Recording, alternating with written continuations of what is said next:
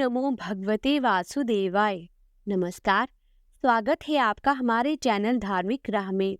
भगवान विष्णु जी और माता लक्ष्मी जी का आशीर्वाद आप पर और आपके समस्त परिवार पर हमेशा बना रहे और आपकी हर मनोकामना पूर्ण हो। तो दोस्तों, आज की इस वीडियो में मैं आपसे शेयर करने वाली हूँ माघ मास में सुनी जाने वाली कथा को। तो वीडियो को शुरू करने से पहले आपसे एक बात कहना चाहूंगी कि अगर ये वीडियो आपको अच्छी लगे तो वीडियो को लाइक करें और कमेंट बॉक्स में जय श्री हरि विष्णु जरूर लिखिएगा, क्योंकि आपके कमेंट्स और लाइक मेरे लिए बड़े ही महत्वपूर्ण हैं, क्योंकि इससे मुझे ऐसी और वीडियोस बनाने का प्रोत्साहन मिलता है। अब सुनिए आज का अध्याय। एक समय की बात है, श्री सूत जी ने अपने गुरु श्री व्यास जी से कहा कि हे गुरुदेव, कृपा करके आप मुझसे माघ मास का महत्व कहिए, क्योंकि मैं आपका शिष्य हूँ। तब व्यास जी कहने लगे, हे सूत जी, जो कथा मैं आपको सुनाने जा रहा हूँ उसे ध्यान पूर्वक सुनना। तब व्यास जी कहते हैं कि रघुवंश के राजा दिलीप एक समय यज्ञ के स्नान के बाद पैरों में जूते और सुंदर वस्त्र पहनकर शिकार की सामग्री से युक्त कवच और शोभामय आभूषण पहने हुए अपने सिपाहियों से घिरे हुए जंगल में शिकार खेलने के लिए अपनी नगरी से बाहर निकले। उनके सिपाही जंगल में शिकार करने के लिए मृग, व्याघ, सिंह आदि जंतुओं की तलाश में इधर उधर घूमने लगे। उस वन में वनस्थली अत्यंत शोभा को प्राप्त हो रही थी। उस वन की सुंदरता देखते ही बनती थी। कहीं कहीं हिरणों के झुंड फिरते थे, कहीं गीदड़ अपना भयंकर शब्द कर रहे थे, कहीं जंगली गैंडों का समूह हाथियों के समान फिर रहा था, तो कहीं वृक्ष की कोठरों में बैठे हुए उल्लू अपना भयानक शब्द कर रहे थे। कहीं कहीं शेरों के पद चिन्ह के साथ साथ घायल हिरणों के रक्त से भूमि लाल हो रही थी। कहीं पर सुगंधित पुष्प, हरी भरी लताएं वन की शोभा को बढ़ा रही थी। उस वन में कहीं तो बड़े बड़े पेड़ खड़े थे, तो वहीं उन बड़े बड़े पेड़ों पर बड़े बड़े विशालकाय अजगर और उनकी कैंचुड़ियां भी पड़ी हुई थी। उसी समय राजा के सिपाहियों की बाजू की आवाज सुनकर एक मृग वन में से निकलकर इधर उधर भागने लगा और बड़ी बड़ी चौंकड़ियां भरता हुआ आगे बढ़ने लगा। राजा ने उसे मारने के इरादे से उसके पीछे पीछे अपना घोड़ा दौड़ाया, परंतु वह पूरी शक्ति से भाग रहा था। मृग कांटेदार वृक्षों के जंगल में जा घुसा और राजा ने भी उसका पीछा करते हुए उस वन में प्रवेश कर लिया। लेकिन दूर जाकर वह मृग राजा की दृष्टि से ओझल होकर कहीं गायब हो गया। अब राजा निर्जन वन में अपने सैनिकों सहित प्यास के मारे बड़ा दुखी हो गया, क्योंकि उस मृग के पीछे भागते भागते काफी समय हो गया था। बहुत देर तक दौड़ने और इधर उधर शिकार ढूंढने के कारण राजा के सैनिक भी बहुत थक गए थे और घोड़े भी थक गए थे, इसलिए वे वहां पर रुक गए। थोड़ी देर बाद राजा ने एक बड़ा भारी सुंदर सरोवर देखा, जिसके किनारों पर सुंदर घने वृक्ष लगे हुए थे। उस सरोवर का जल शांत, बिल्कुल एकदम सज्जनों के हृदय के समान स्वच्छ और पवित्र दिख रहा था। सरोवर पर जल लहरों से बड़ा सुंदर लगता था और उस सरोवर के जल में जलीय जीव जंतु बड़ी आजादी से इधर उधर घूम रहे थे। मछलियां भी इधर उधर स्वच्छंद से घूम रही थी। दुष्टों के समान निर्दय चित्त वाले मगरमच्छ भी थे। जैसे मुश्किल में पड़े हुए लोगों के दुख हरने के लिए दानी पुरुषों के समान ये सरोवर अपने जल से सबको सुखी करता था। जैसे मेघ चातक की दुख हरता है, इस सरोवर को देखकर राजा की थकावट भी दूर हो गई। रात को राजा ने वही सरोवर के निकट ही विश्राम किया और सैनिक पहरा देने लगे और चारों तरफ उस वन में फैल गए। रात के अंतिम समय में शुक्राणु के झुंड ने वहां पर आकर उस सरोवर में पानी पिया और कमल के झुंड के पास आए। तब शिकारियों ने बड़े सावधान होकर उन शुगरों पर आक्रमण कर दिया और उन्हें मारकर धरती पर गिरा दिया।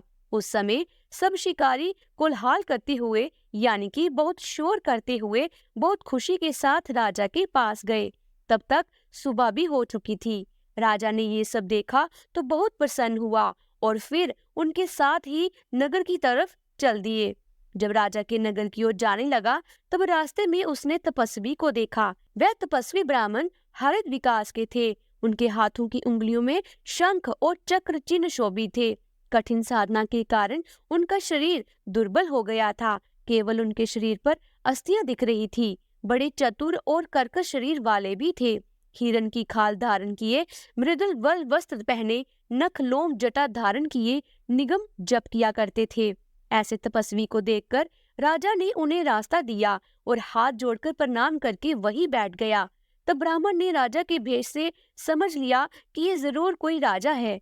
तब राजा से परोपकार की इच्छा से कल्याण के बारे में कहा, हे राजन, इस पुण्य पवित्र काल में कहाँ जाते हो? माघ के महीने में तो प्रातः काल सरोवर का स्नान किस कारण छोड़ रहे हो?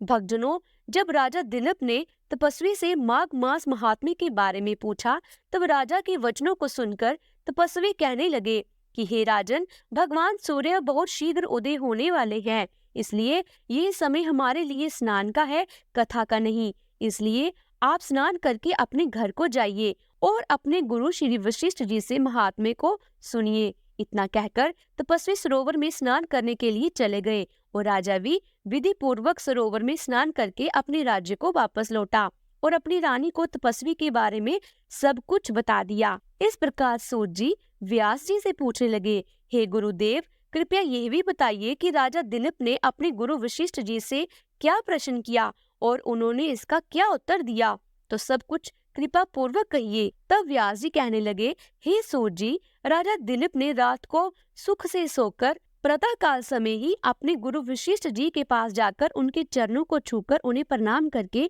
तपस्वी के बताए हुए प्रश्नों को बड़ी विनम्रता से पूछा कि हे गुरु जी, आपने आचार, दंड, नीति, राज्य, धर्म तथा चारों वर्णों के चारों आश्रमों की क्रियाओं, दान और उनके विधान, यज्ञ और उनकी विधियां, व्रत, उनकी प्रतिष्ठा तथा भगवान विष्णु की आराधना अनेक प्रकार से तथा विस्तार पूर्वक मुझको बतलाइए।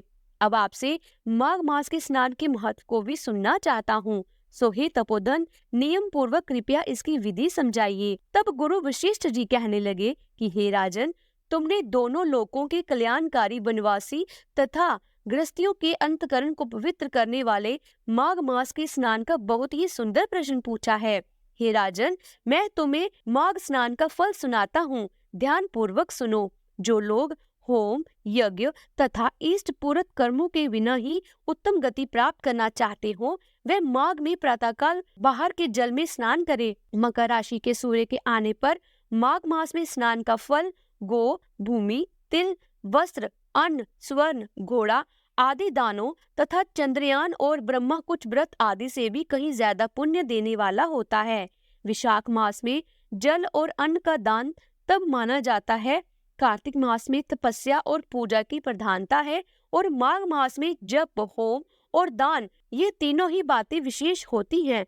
जिन लोगों ने, हे राजन, माघ मास में प्रातःकाल स्नान, नाना प्रकार का दान और भगवान श्री हरि के स्तोत्र का पाठ किया हो, वह ही दिव्य धाम में आनंद पूर्वक निवास करते हैं। अपनी किसी प्रिय वस्तु के त्याग और नियमों के पालन से माघ सदा धर्म का साधन होता है और धर्म की जड़ों को काट देता है। माघ मास में स्नान करने वाला पुरुष राजा और मुक्ति के मार्ग को जानने वाला होता है। दिव्य दृष्टि वाले महात्माओं ने कहा कि जो मनुष्य माघ मास में सकाम या भगवान के नियमित नियम पूर्वक माघ मास में स्नान करता है, उसका फल अनंत देने वाला होता है। उसके शरीर की बुद्धि, प्रीति, ऐश्वर्य और चारों प्रकार के फलों की प्राप्ति भी हो जाती है। अदिति ने 12 वर्ष तक मकर संक्रांति में अन्न त्याग कर स्नान किया था, जिससे तीनों लोगों को उज्जवल करने वाले 12 पुत्र उत्पन्न हुए। माघ मास में स्नान करने से ही रोहिणी, शुभंगा और अदिति दानशीलता हुई और इंद्राणी के समान रूपवती होकर प्रसिद्ध हो गई। जो भक्त माघ मास में स्नान करते हैं तथा देवताओं के पूजन में लगातार तत्पर रहते हैं, उन्हें सुंदर स्थान, हाथी और घोड़ों की सवारी तथा दान के लिए द्रव्य प्राप्त होता है। अतिथियों से उनका घर सदा भरा रहता है और उनके घर में सदा वेद ध्वनि होती रहती है। वह मनुष्य धन्य है जो माघ मास में स्नान करते हैं, दान देते हैं तथा व्रत और नियमों का पालन करते हैं। अन्य पुण्य से स्वर्ग में गए हुए मनुष्य पुण्य समाप्त होने पर वहां से लौट आते हैं, किंतु माघ स्नान करने वाले मनुष्य कभी वहां से लौटकर नहीं आते। अर्थात यहाँ पर कहने का तात्पर्य है कि मृत्यु के पश्चात बार बार उन्हें जन्म मरण के बंधन में नहीं बंधना पड़ता। इससे बढ़कर कोई नियम, तप, दान पवित्र और पाप नाशक नहीं है। इससे बढ़कर कोई तप और इससे बढ़कर कोई महत्वपूर्ण साधन नहीं है। यही परम हितकारक और तत्काल पापों का नाश करने वाला है। एक समय महर्षि भृगु ने मणि पर्वत पर विद्याधर से कहा था कि जो मनुष्य माघ मास के महीने में, जब उषा काल की लालिमा बहुत अधिक होती है, गांव से बाहर नदी या पोखर में नित्य स्नान करता है, वह पिता और माता के कुल की 7 पीढ़ियों का उद्धार करके स्वयं देवताओं के समान शरीर धारण कर स्वर्ग लोक में चला जाता है।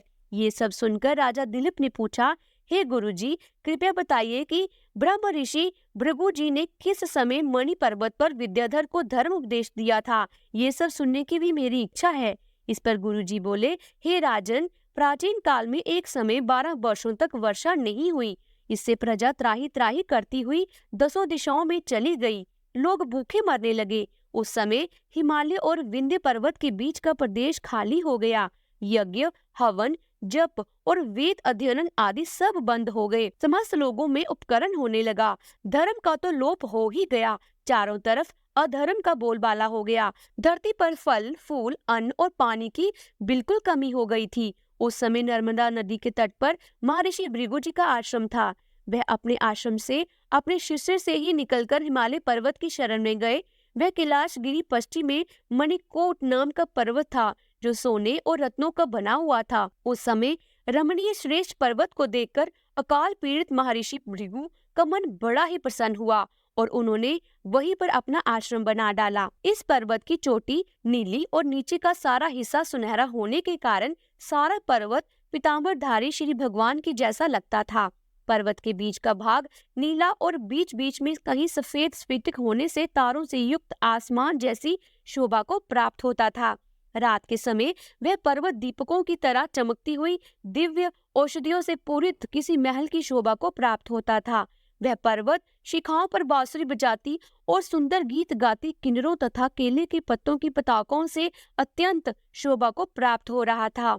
यह पर्वत नीलम, पन्ना, पुखराज तथा इसकी चोटी से निकलती हुई रंग बिरंगी किरणों से इंद्रधनुष के समान प्रतीत होता था। सुवर्ण आदि सभी धातुओं से तथा चमकते हुए रत्नों से चारों ओर फैली हुई अग्नि ज्वाला के समान शोभामान था। गुरु वशिष्ठ जी के सामने राजा दिलीप हाथ जोड़कर प्रणाम करने के बाद कहने लगे कि हे महाराज, ये पर्वत कितना ऊंचा और कितना लंबा चौड़ा है। तब वशिष्ठ जी कहने लगे, हे राजन, ये 36 योजन अर्थात 1 योजन 4 कोस का होता है। ऊंचा पहाड़ चोटी में 10 योजन चौड़ा और नीचे 16 योजन चौड़ा है, जो हरी, चंदन, आम, मदार, देवदार और अर्जुन के वृक्षों से सुशोभित हो रहा है। जब धरती पर अकाल पड़ा, तब अकाल से दुखी होकर इस पर्वत को और फल फूलों से परिपूर्ण देखकर भृगु ऋषि वही रहने लगे और यहाँ पर कंदराओं, वनों और उपवनों में बहुत दिन तक रहकर तपस्या भी करते रहे। इस प्रकार जब भृगु ऋषि वहाँ पर अपने आश्रम में रह रहे थे, तब एक विद्याधर अपनी पत्नी सहित उतरा और बड़ा ही चिंतित था। उन्होंने भृगु ऋषि को प्रणाम किया और ऋषि ने बड़े ही मीठे स्वर में उनसे पूछा कि विद्याधर, क्या बात है? तुम तो बड़े दुखी दिखाई दे रहे हो, इसका क्या कारण हो सकता है? तब विद्याधर बड़े उदास स्वर में कहने लगे, हे महाराज, पुण्य के फल को पाकर, स्वर्ग पाकर तथा देवतुल्य शरीर पाकर भी मेरा मुख व्याघ्र जैसा है। मेरे दुख और शांति का केवल एकमात्र यही कारण है महाराज। ना जाने मेरे किस पाप का फल मुझे मिला है। मेरे मन की व्याकुलता का अब दूसरा कारण भी जानिए गुरुवर।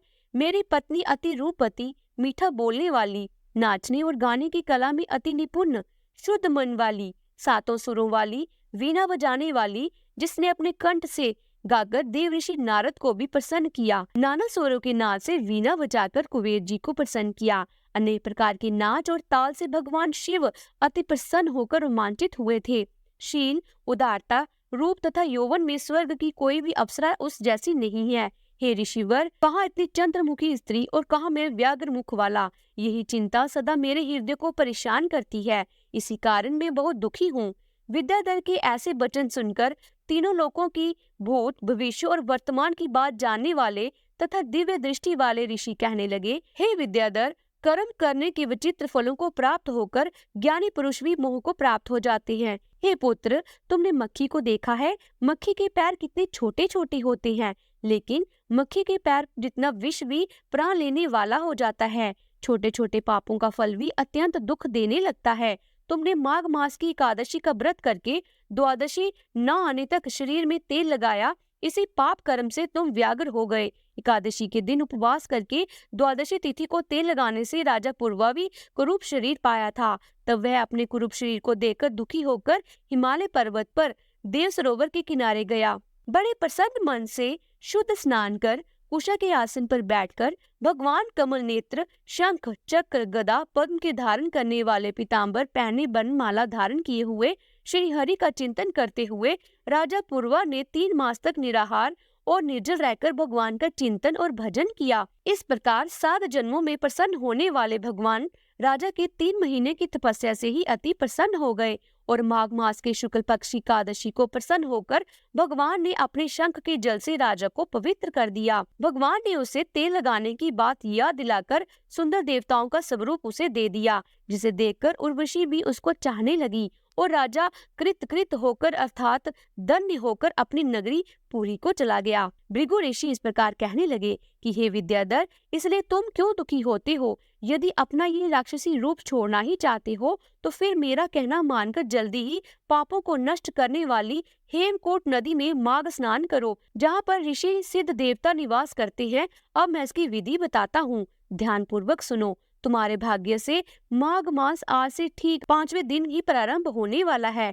पोष मास के शुक्ल पक्ष की एकादशी से इस व्रत को प्रारंभ करो। धरती पर सोना जितेंद्रिय रहकर दिन में 3 समय स्नान करके महीने भर तक निराहार रहो। सभी भोगों को त्याग कर तीनों समय भगवान श्री हरि का पूजन भजन करो। जब तुम द्वादशी तिथि को शिवजी स्तोत्र मंत्रों से पूजन करोगे, श्री हरि की चालीसा का पाठ करोगे, तब तुम्हारा मुख देखकर सभी आश्चर्यचकित हो जाएंगे और तुम फिर अपनी पत्नी के साथ सुखपूर्वक रह पाओगे। माघ मास के प्रभाव को जानकर सदा माघ में स्नान करो। पाप दरिद्रता से बचने के लिए मनुष्य को सदा यत्न पूर्वक माघ मास का स्नान करना चाहिए। स्नान करने वाला इस लोक तथा परलोक में सदा सुख पाता है। गुरु वशिष्ठ जी कहते हैं कि हे राजा दिलीप, भृगु जी के ये वचन सुनकर वह विद्याधर अपनी पत्नी सहित इस स्थान पर पर्वत के झरने में माघ का स्नान करता रहा और उसके प्रभाव से उसका मुख देवता जैसा हो गया और वह फिर मणिकरीम पर्वत पर ही आनंद से रहने लगा। भृगु ऋषि भी नियम की समाप्ति पर अपने शिष्य सहित ईवा नदी के तट पर आ गए और वहीं पर उन्होंने माघ मास का स्नान किया। तो बोलिए श्री कृष्ण भगवान की जय। आज के अध्याय में बस इतना ही। इसके आगे का वृतांत आप सब अगली कथा में सुनेंगे। जल्दी मिलती हूँ अगली वीडियो के साथ। तब तक के लिए राधे राधे।